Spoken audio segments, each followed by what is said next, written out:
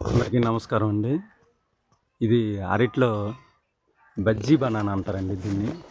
ఇది కూర వెరైటీ కాయ. ఇది బజ్జీకి బాగుంటుందట.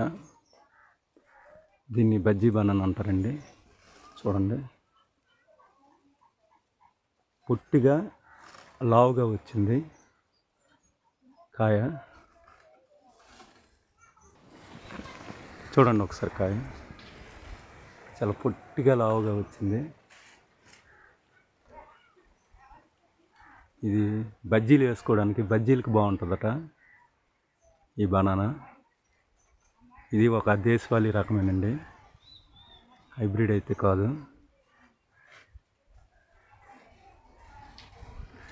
చెట్టు నార్మల్ సైజ్ వచ్చింది.